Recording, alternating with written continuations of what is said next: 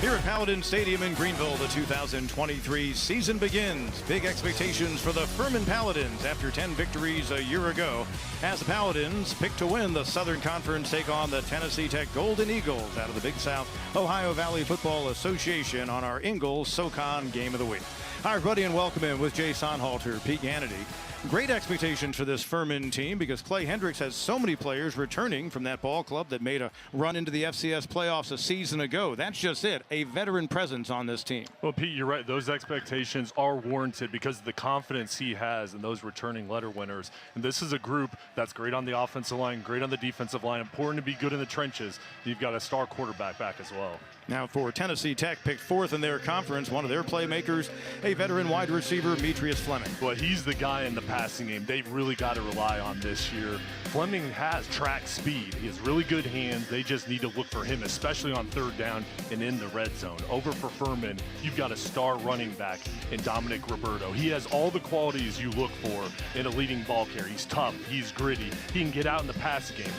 Pete, he's at his best running in between the tackles. Roberto, third best in the Southern Conference a year ago in rushing.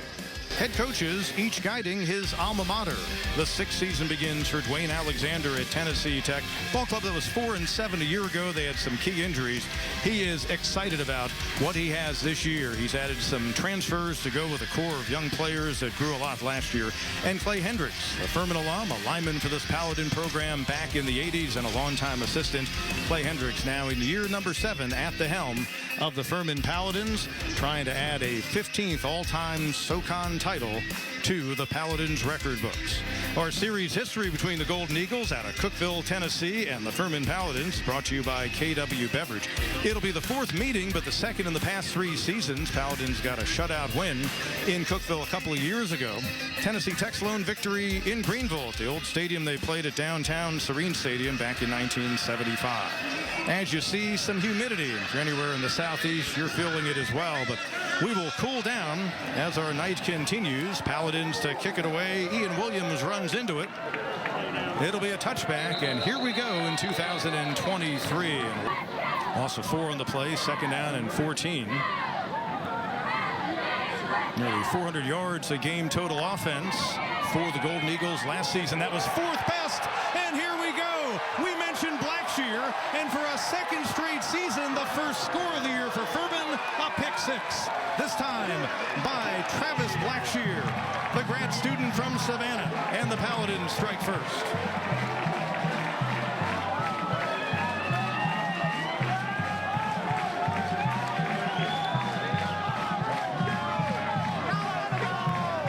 Just an outstanding job from Blackshear, reading the eyes of Roberts, jumping in front, making the play, and then turning into a wide receiver. Great hands, but good job just sitting back in zone coverage and then stopping on a dime and going up to make the play.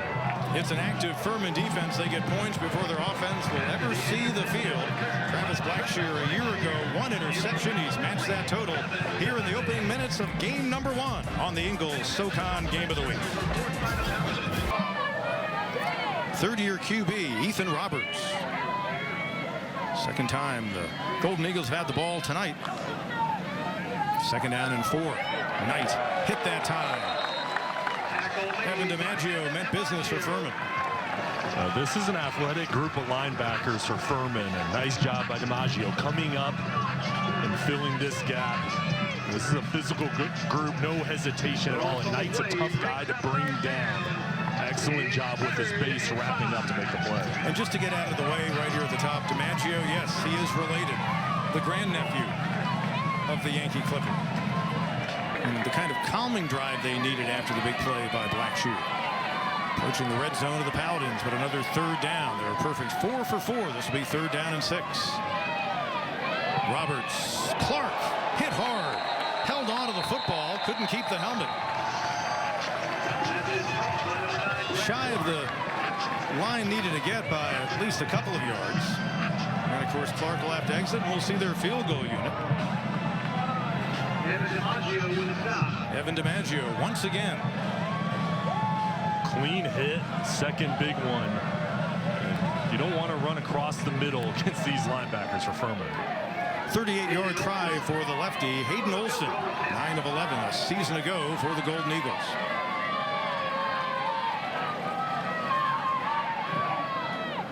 Win not a factor.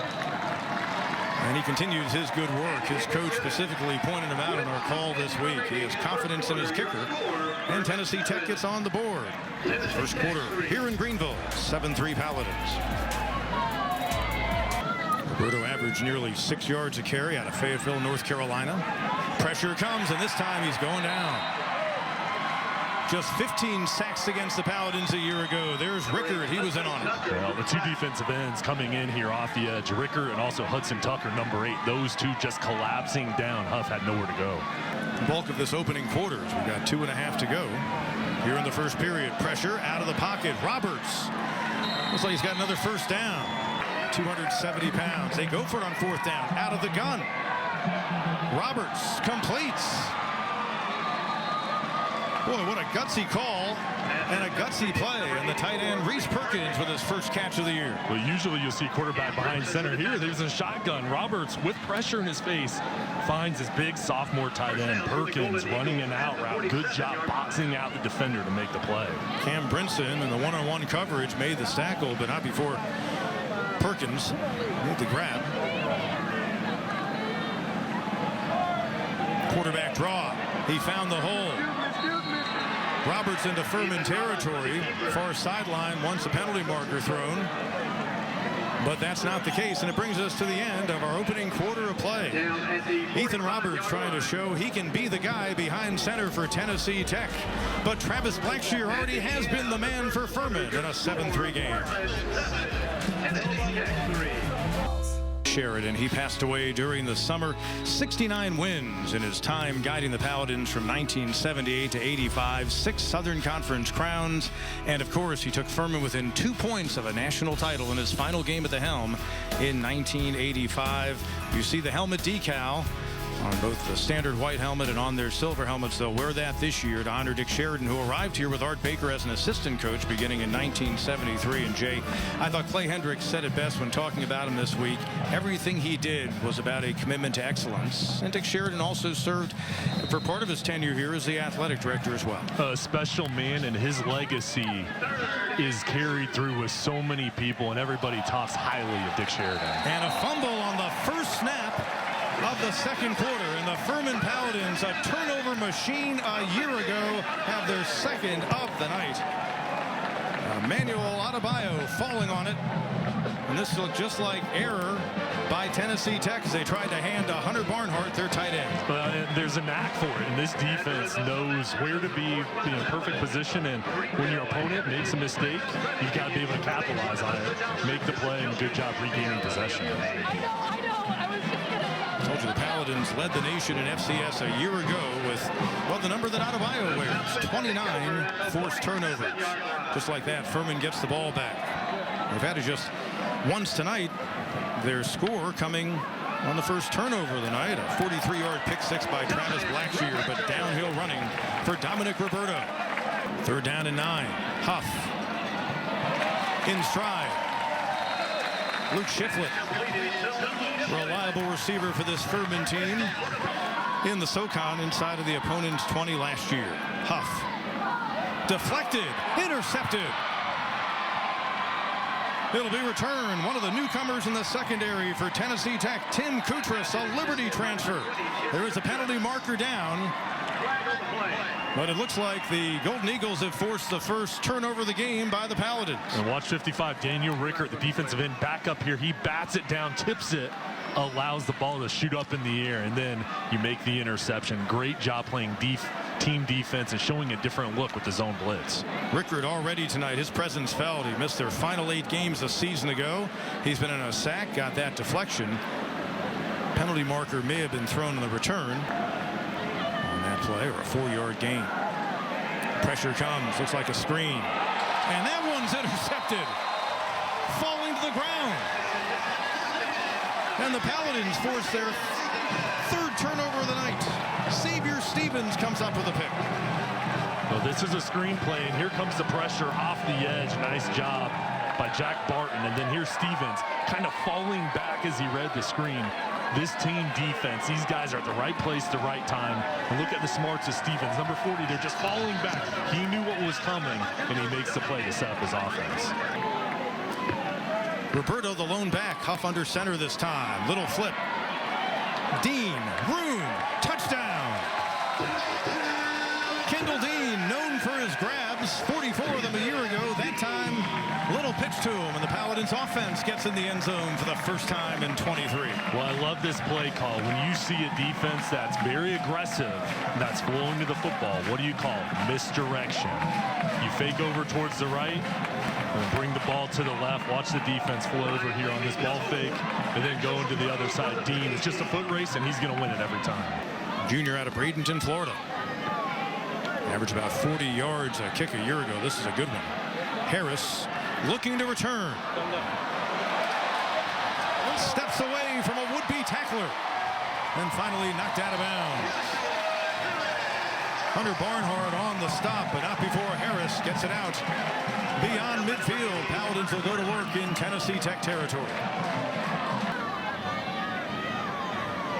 3rd down and 7. Huff, screen, in the flat. Robinson, first down. This play design here, the front side of the offensive line protecting, then you allow the defensive end with a clear path. Why? Because you know your running back's getting out of the backfield. Robinson sneaks out, and then with his ability, once he gets the ball, he just turns it north and south. There it is. No defense in that gap. Easily get the first down. Good read of the defensive end, Devin Squires, closing by Huff. 1st and 10 at the 33. Going deep, Dean! Inside the 10. Oka Emanwori, familiar with Furman. Began his career at PC, transferred to Tech from Wofford. He was all over the coverage, but on a great throw and catch. Huff has the accuracy as well as the touch. Perfect throw with the loft where you give your wide receiver a chance. Perfect placement, falls into the lap of Dean. That's the first time we've seen this offense really attack the secondary, and they convert. Paladins' success the last time in the red zone. And Roberto looking for a hole inside the 5. Bounces in. Last weekend in the very first game for a SoCon team. 2nd down and 10. 1:02 to go. Heaving it. Nearly intercepted by Blackshear. Metreus Fleming, the intended target. Saw a little bit of a bump, but going for the ball, Travis Blackshear almost had his 2nd pick of the night. So now 3rd and 10, just inside the 30. Other side, end zone. Touchdown, what a grab. Willie Miller, one-hander. Had Ryan and Brinson nearby. Perfect throw from Roberts. I mean, watch this. He has time to throw it. O-line protects. I mean, there's no opening at all. The only place where his guy can get it, outstanding job. And then the focus from Miller to bring it in, haul it in. That's a huge play. To get over the goal line, make it happen, and get some points on the board before the half. So for Ethan Roberts, the quarterback, his first touchdown toss of his Tennessee Tech career. Miller, you see them attending to him. You hope it's nothing more than a cramp. He had Cam Brinson right there on him as he was able to bring it in. Perfect coverage. You see from the eyes of Roberts, just giving your wide receiver a chance. One-handed grab, the hand-eye coordination, 2 defenders draped all over you, and you still make the play. That's big time. Time continues here at Paladin Stadium, the 2023 opener on our Ingles SoCon Game of the Week. Furman, a 21-10 lead on the Golden Eagles of Tennessee Tech. Jay Sonhalter, Pete Ganity with you back here in Greenville. Well, we talked about it tonight and coming into the season about the Paladins' ability to force turnovers. 29 of them last year, 3 in the opening half tonight, and they really played a big role in what the scoreboard looks like. It started off on the opening drive. Travis Blackshear coming away with a pick 6, 43 yards to get the Paladins on the board. And this defense, those 3 takeaways, really set up their offense with outstanding field position. But the momentum they had last year carried over to this year. They got to a hot start. I'd love to see a record review of how many teams have ever had pick 6s as their first scores in back-to-back seasons. That was the case after Blackshear took it 43 back off the pick of Roberts. and he just read that ball, jumped in front of the passing lane, and the offense really started to mix in the run and the pass with misdirection. The offensive line started to get into a groove and really got the running game going. You saw the Kendall Dean touchdown, his first in his second season playing for Furman. Dominic Roberto with that touchdown. Made it a 21-3 game. How about the one-handed grab? Willie Miller on the receiving end. TD for the grad student. First touchdown pass for Ethan Roberts in his collegiate days at Tennessee Tech. Opening half stats, and by air, it's been the Golden Eagles. Teams pretty much even in the rushing categories. But again, the turnovers, a huge reason why the Paladins have an 11-point lead. That's been the factor, is those turnovers leading into scoring opportunities for Furman, and they took advantage of it, and pretty even everywhere else. Time of possession going in Tennessee Tech's favor, but the Paladins really execute, especially in the red zone. Furman team trying to start 1-0 for a fifth consecutive season, an 11-point lead at the break. More as halftime continues when we come back to Greenville on the Ingles SoCon Game of the Week. Back at Paladin Stadium on the Ingles SoCon Game of the Week, presented by Ingles. Low prices, love the savings. A 21-10 Furman lead here in the third quarter, the 2023 season opener. Tennessee Tech about to go back in offense. We welcome the athletic director, Jason Donnelly of Furman, into the booth. Good to have you on board. Great to see you, Pete. Jay, thank you for having me, and it's an honor to be here, and thank you for being at Furman tonight. It's great to have a Thursday night game and to open up with a great crew. Fabulous atmosphere here, as always. You and your staff do a great job. Tennessee Tech back on the field offensively. Looks like they're going to stay with the freshman. Of course, the hard hit on Ethan Roberts. No, he's back in the game. Handing off. Carry left side. Those for some big yards. So this first snap of this series, as we kind of had the chess match so far, and a nifty little carry to the outside. Torrin Baker, first of the night. So start of another athletic year. And we noted it earlier, a great day already for Furman athletics as Tennessee Tech goes quick. Todd White, golfer here in the late 80s, won the U.S. Senior Amateur earlier today out in California. It's unbelievable. He's been an unbelievable amateur golfer. He's won a two-man championship under the USGA as an amateur and also as part of a Walker Cup team. Now he's got his first individual title. So I know you send your congratulations out to him. We do. There's a lot of alumni talking about Todd today at all the tailgates, and so proud of him. And it's amazing Furman's history and tradition across so many different sports. Yeah. Men's golf, women's golf, football, basketball. And there's so many great accomplishments. And it's one of the things I think makes Furman really special is this holistic atmosphere of success in the classroom, off the field. And I know we were talking about before the pregame here, all the energy. Our players and our staff certainly felt that we had the FU After Dark theme. Our whole student body came out in great energy for a night game, but a lot of things to celebrate as we start the year here at Furman. Jackson stopped about 4 yards shy, so another third down upcoming for Tennessee Tech. They're 7 of 12 in the night. Nice turnout on the home side. Beautiful atmosphere, and of course, night game tonight. Great to start on a Thursday night, being prime time, but Saturdays here, especially as you get deeper into the fall in Paris Mountain as the color change. I don't know if there's a better atmosphere for college football. Yeah, there's certainly not a more beautiful atmosphere than here at Furman's campus, but all of this is actually something that our students and our players wanted. We got some feedback on night games, and Furman hadn't done them for a long time. And meeting with our students, we said, what are the two things you want to have to be a part of the football experience? Was tailgating and night games. So we're doing this for our students, and our players love it. It's great to see them out representing the 50th anniversary with the chrome helmets, and really special starting off the game, honoring Coach Sheridan, so many football alumni back to be a part of that ceremony and honoring his legacy. But yeah, it's great to play at night. It's great to have this opportunity to be distributed, broadcast as we go, but it's been a fun night for everyone that's been here. We want to keep finishing strong. Obviously, the product on the field, want to be as crisp as we can. I've seen some nerves out there early in the game, but excited about this team and what we can be this season. Well, a special atmosphere, and last year so successful with the football program. High expectations going into this year. I know a lot of excitement in fall camp. Now it's game week here. Good start to this ball game. What are your expectations for the football team this year? Yeah, believe it or not, this is actually what, talking to the coaching staff, they thought the guys might have a little bit of nerves coming out, playing against someone else, going through this practice. As a former coach, I'm aware the first game's not always going to be pretty, and it's actually not about being pretty. It's about executing, learning, having the experience of going through all the different things that go through. this is kind of exactly where I think we thought we'd be. I think the key here is that we finish the game strong in terms of where we are and where we're going. We don't want to look ahead, but you got to take care of business each game as we go. Being a preseason #1 in the Southern Conference, being a #6 nationally ranked program, you can't look at those rankings because they don't matter. It's got to be what you build on one week to the next. It was interesting to be out here today.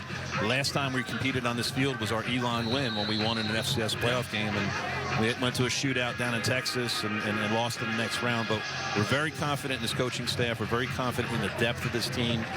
And I think for them, honestly, one of the games you just need to go through the process of working through the kinks. You know, what do we look like? How do we go through this process? What do we learn? Watch the film. But we're excited about where we are and where we're going with this program. 1st and 10 from the 20. Huff empty backfield. In the flat, Harris trying to get him going tonight. And he gets out close to the 30-yard line. So, among other things, you got a real good basketball program here, as evidenced in March Madness.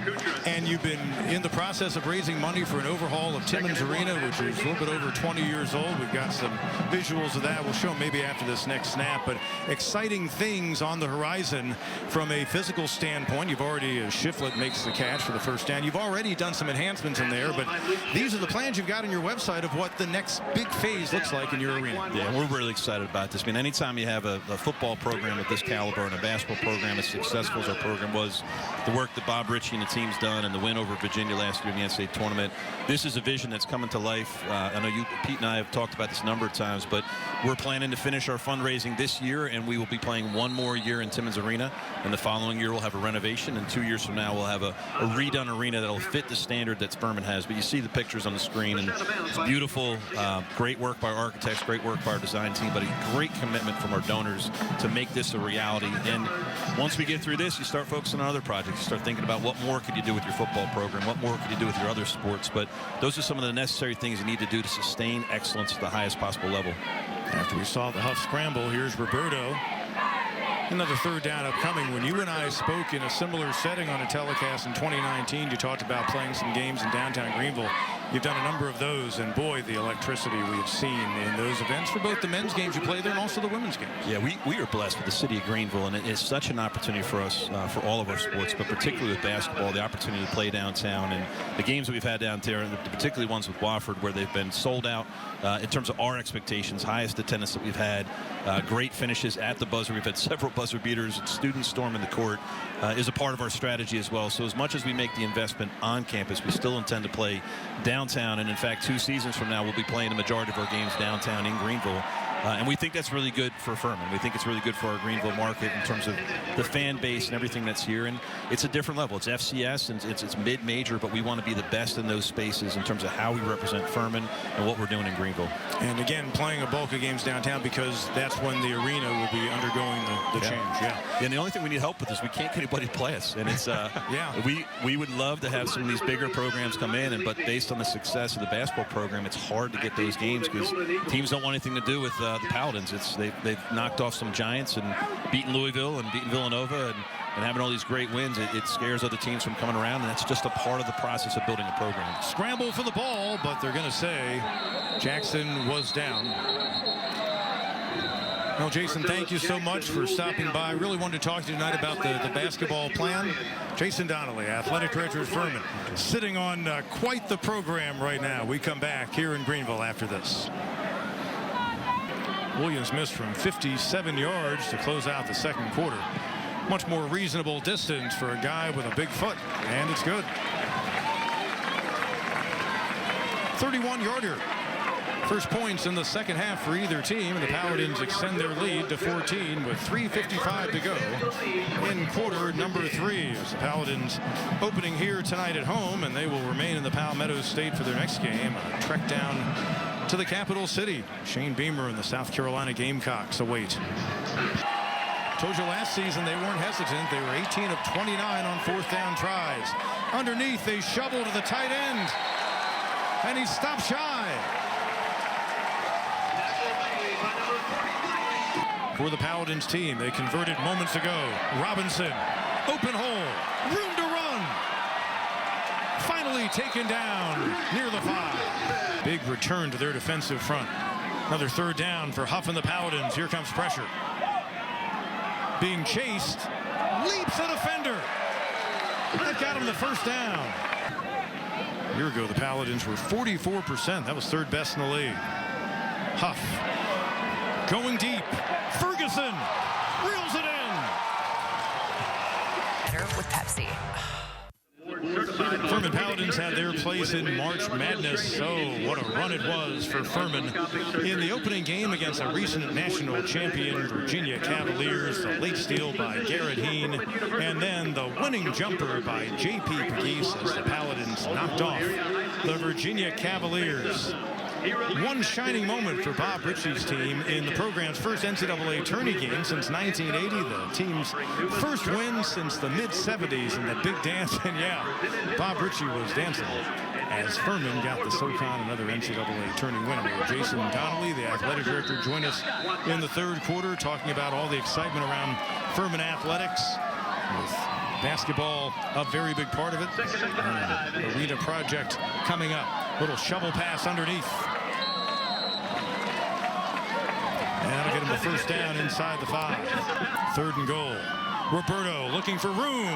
Has a pathway to the end zone. Touchdown. Second of the night for the senior.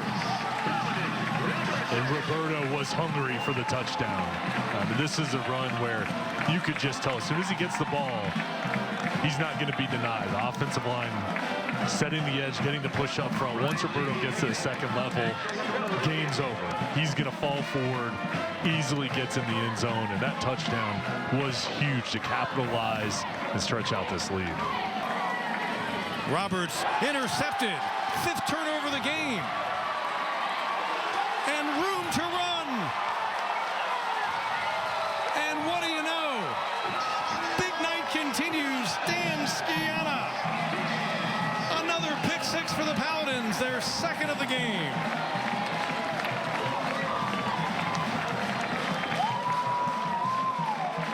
Skiana just sitting in coverage, reading the eyes of Roberts. Boom.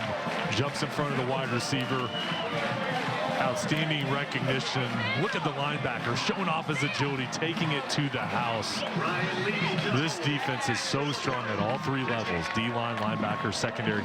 Everybody's made an impact tonight, and there's Skiana. Look at him there celebrating the final touches of the defense. Again, making another play, another turnover.